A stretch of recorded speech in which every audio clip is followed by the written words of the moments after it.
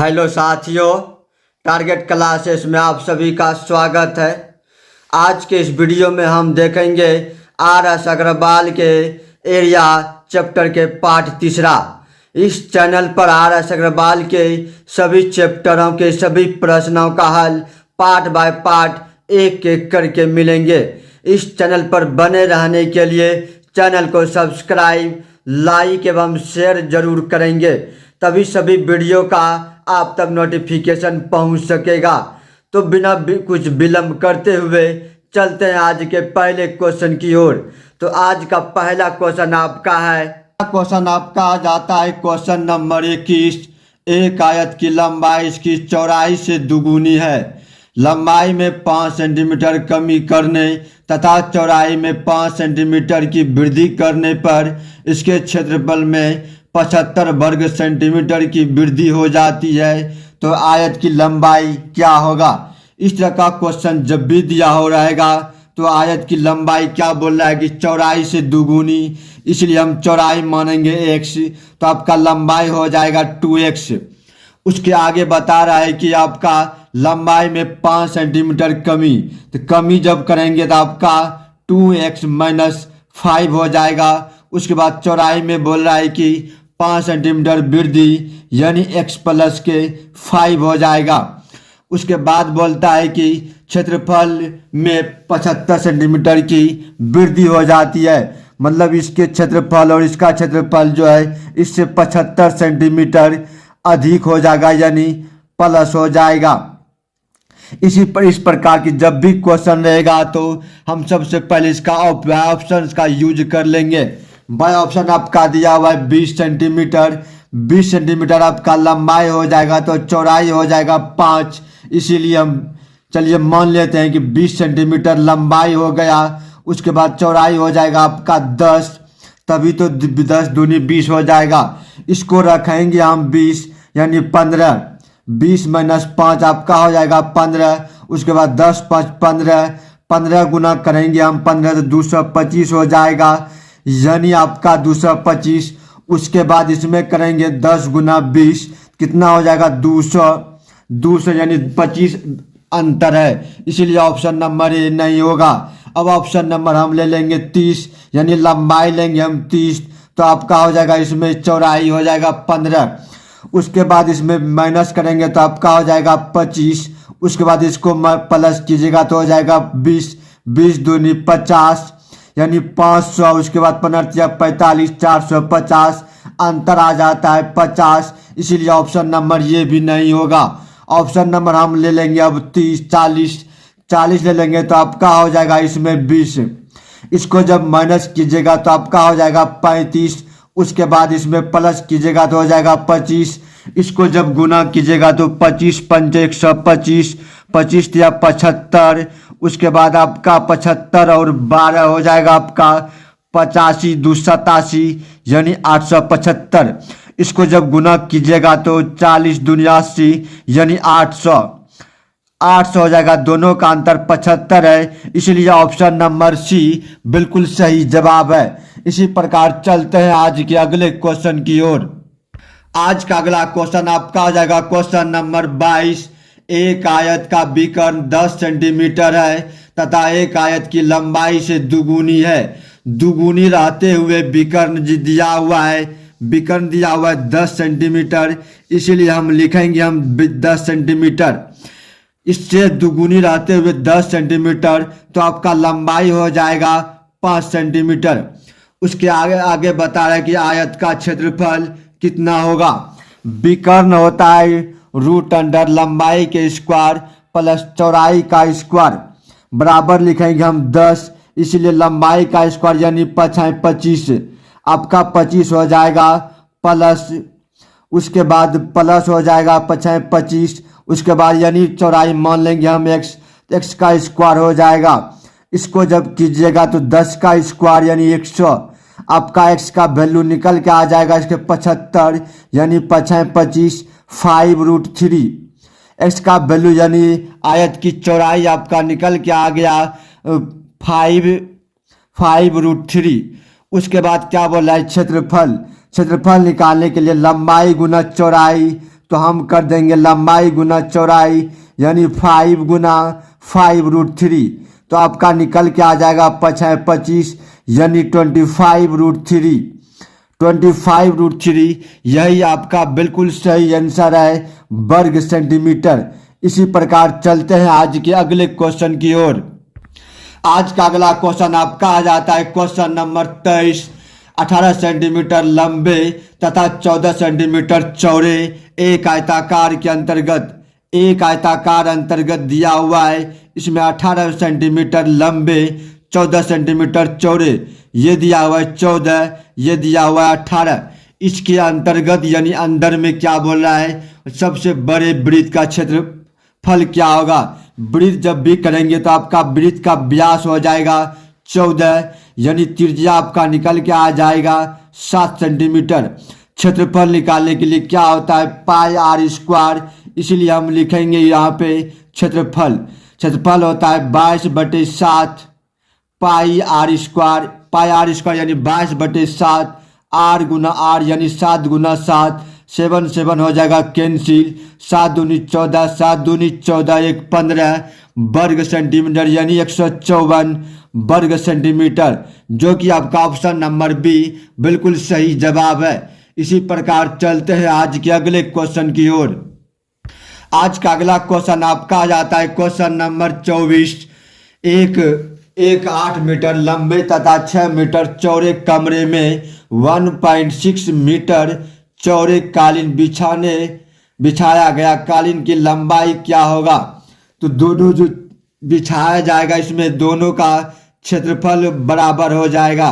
तो क्षेत्रफल निकालेंगे चौड़े कमरे तो कितना दिया हुआ है 8 गुना 6, तो लिखेंगे हम 6। उसी प्रकार इससे भाग दे देंगे 1.6, इसको दशमलव उड़ेगा तो 8 दूनी 16 यानी उसके द्वितीया 6। आपका सही आंसर निकल के आ जाएगा 10 या 30 मीटर। 10 या 30 मीटर यही आपका बिल्कुल सही आंसर है, जो कि ऑप्शन नंबर सी बिल्कुल करेक्ट जवाब है। इसी प्रकार चलते हैं आज के अगले क्वेश्चन की ओर। आज का अगला क्वेश्चन आपका आ जाएगा क्वेश्चन नंबर 25। एक पार की लंबाई तथा चौड़ाई का अनुपात 3:2 दिया हुआ, इसलिए लिखेंगे हम इसमें 3:2। उसके आगे दिया हुआ कि एक व्यक्ति 12 किलोमीटर प्रति घंटा की चाल से साइकिल द्वारा 8 मिनट में इसके चारों ओर एक पूरा चक्कर लगाता है, तो पार का क्षेत्रफल। पूरा चक्कर लगाएगा तो यानी आयताकार जो दिया हुआ है पार उसके परिमिति के बराबर हो जाएगा। तो पहले वृत्त की आयत की परिमिति निकालेंगे, तो आयत की परिमिति आपका हो जाएगा 12 किलोमीटर टोटल दूरी निकल के आ जाएगा, यानी डिस्टेंस दूरी बराबर चाल गुना समय। 12 किलोमीटर दिया हुआ है, 8 मिनट दिया है, इसको हम घंटा में बदलेंगे तो 60 आ जाएगा। ये निकल के आ जाएगा किलोमीटर में, इसको हम क्या करेंगे मीटर में बदलने के लिए 1000 से गुना करना पड़ेगा, इसीलिए 12 पंचे 60, 5 दूनी 10 हो जाएगा, 8 दूनी 16 यानी आपका हो जाएगा 1600 मीटर। टोटल दूरी हो गया 1600 मीटर। और ये जो दिया हुआ है आयत की परिमिति के बराबर हो जाएगा, इससे हम निकाल लेंगे पहले परिमिति क्या हो जाएगा 2 इंटू लंबा जोड़ चौड़ा यानी 3 दू 5 यानी 2 गुना 5x 2 गुना 5x बराबर हो जाएगा आपका 1600। इसको जब गुना करेंगे तो 5 दूनी 10 0 0 कैंसिल यानी आपका हो जाएगा 160। आयत की लंबाई निकालिएगा तो 16 48। क्षेत्रफल अब निकल के आ जाएगा इसका 16 48, तो हम लिखेंगे 480। उसके बाद 16 दूनी 32 यानी 320। इसको जब हल कीजिएगा तो आपका निकल के आ जाएगा 1536 पर डबल 0 हो जाएगा। यही आपका ऑप्शन नंबर सी बिल्कुल करेक्ट जवाब है। इसी प्रकार चलते हैं आज के अगले क्वेश्चन की ओर। आज का अगला क्वेश्चन आपका आ जाएगा क्वेश्चन नंबर 26। एक कमरे की 4 दीवारों का क्षेत्रफल 20 वर्ग मीटर है। इसकी चौड़ाई तथा ऊंचाई क्रमशः 8 मीटर तथा 5 मीटर है। इस कमरे की लंबाई कितना होगा? कमरे की 4 दीवारी का क्षेत्रफल होता है 2 इंटू लंबा जोड़ चौड़ा।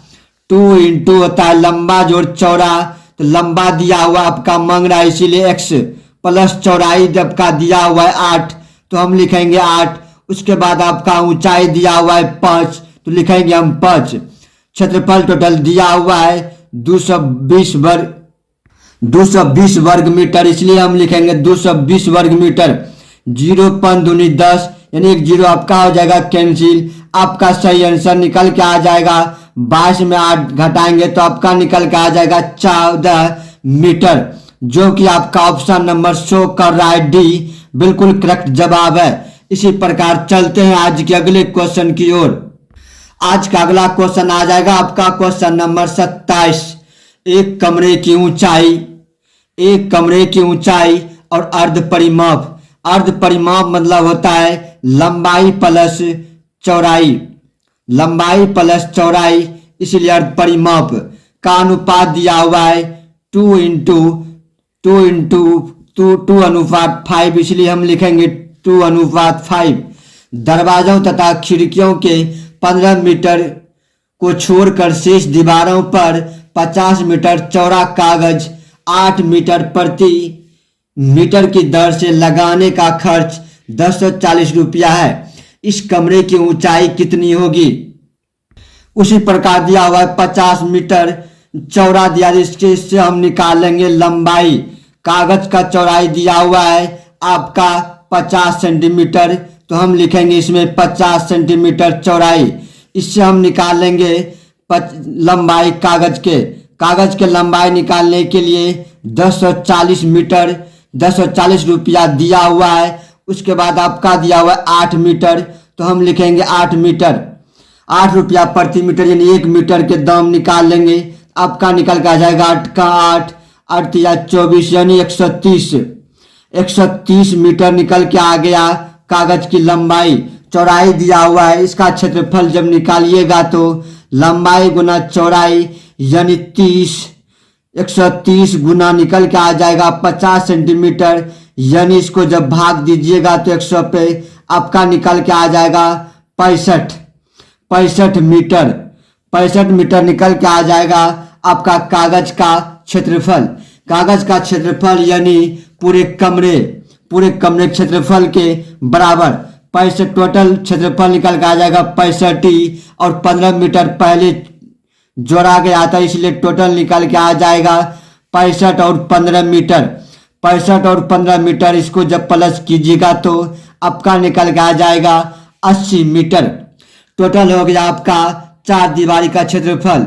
4 दीवारी का क्षेत्रफल होता है 2 इंटू लंबा जोड़ चौड़ा, इसमें हम x लगा देंगे।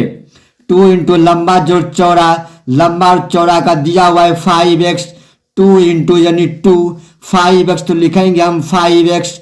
उसके बाद ऊंचाई गुना होता है इसलिए हम लिखेंगे गुना ऊंचाई बराबर हो जाएगा आपका 80 तो हम लिखेंगे 80।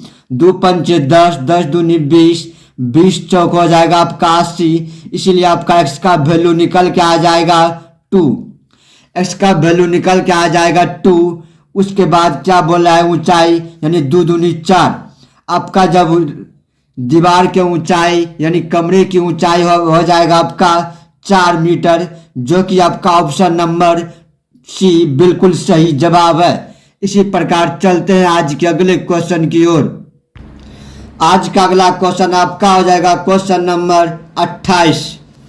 एक कमरे की 4 दीवारों पर कागज लगाने का खर्च 750 रुपया है। 4 दीवारों का क्षेत्रफल यानी 4 दीवारों का खर्च टोटल हो जाएगा आपका क्षेत्रफल में 2 इंटू लंबा जोड़ चौड़ा इंटू ऊंचा बराबर हो जाएगा आपका 750 मीटर 750 रुपया। इसीलिए लंबा प्लस चौड़ा इंटू ऊंचा बराबर हो जाएगा इसका हाफ कीजिएगा तो आपका निकल के आ जाएगा 2 तिया 6, 2 सत्ते 14, 2 पंचे 10 यानी 375। उसके आगे बता रहा है कि दूसरे कमरे की लंबाई चौड़ाई तथा ऊंचाई में से प्रत्येक इस कमरे से दुगुने हैं। यानी इसका लंबाई चौड़ाई जो भी दिया हुआ है सबसे दुगुना है, इसलिए हम इसमें करेंगे दुगुना। 2 गुना हो जाएगा, इसमें 2 2 कॉमा हो जाएगा तो लिखेंगे हम 2 इंटू लंबा जोड़ चौड़ा इंटू ऊंचा। इससे भी दुगुना करेंगे तो इसमें आपका आ जाएगा 2, यानी 2 दूनी 4 दूनी 8 हो जाएगा। 2 दूनी 4 दूनी 8 हो जाएगा। इसको हम करेंगे, अब इसका वैल्यू दिया हुआ है 375, तो हम लिखेंगे इसमें 375। 375 आ जाता है, इसीलिए हम लिखेंगे इसमें 375। 375 गुना लिखेंगे हम 8, इसलिए लिखेंगे तो हो जाएगा आपका 8 पंचे 40, 8 सते 56, 4 60, 8 या 24 36, यानी आपका सही आंसर निकल के आ जाएगा 3000 रुपया, जो कि आपका ऑप्शन नंबर सी बिल्कुल सही जवाब है। इसी प्रकार चलते हैं आज के अगले क्वेश्चन की ओर। आज का अगला क्वेश्चन आपका हो जाएगा क्वेश्चन नंबर 29। 25 मीटर लंबे तथा 15 मीटर चौड़े आयताकार पार्क में लंबाई तथा चौड़ाई के समांतर बीचों बीच 2 मीटर चौड़ी 2 सड़कें परस्पर काटती है। शेष भाग में घास उगाई गई है, घास वाला क्षेत्रफल कितना होगा? इस तरह का क्वेश्चन दिया हुआ है। एक आयताकार पार्क है, इसके बीचों बीच यानी बीच में क्या करता है, 2 मीटर बीचों बीच में सड़क बनाया गया है और लंबाई आपका ऑलरेडी दिया हुआ है 25 मीटर और 15 मीटर दिया हुआ है चौड़ाई। इसके बीचों बीच में काटता है, बोलता है घास का मैदान, घास वाला क्षेत्र, इसी में घास उगाएगा। इसका क्षेत्रफल निकालेंगे।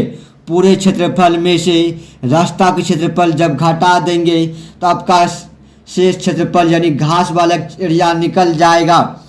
चलिए हम इसमें घटा देते हैं। इसका क्षेत्रफल जब निकालिएगा तो हो जाएगा 25 पंचे 125, 25 और 25 125, 25 और 12 हो जाएगा आपका 25 10 35 1 37 375 माइनस क्या हो जाएगा आपका इसमें 25 दूनी 50, उसके बाद हो जाएगा प्लस के 15 दूनी 30, 15 दूनी 30, उसके बाद 2 दूनी 4, इसमें माइनस हो जाएंगे।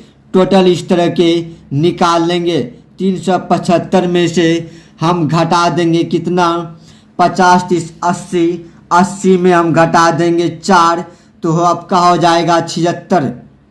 आपका हो जाएगा 76। 375 में से 76 घटाइएगा तो आपका निकल के आ जाएगा 299 वर्ग मीटर, जो कि आपका ऑप्शन नंबर बी बिल्कुल सही जवाब है। इसी प्रकार चलते हैं आज के अगले क्वेश्चन की ओर।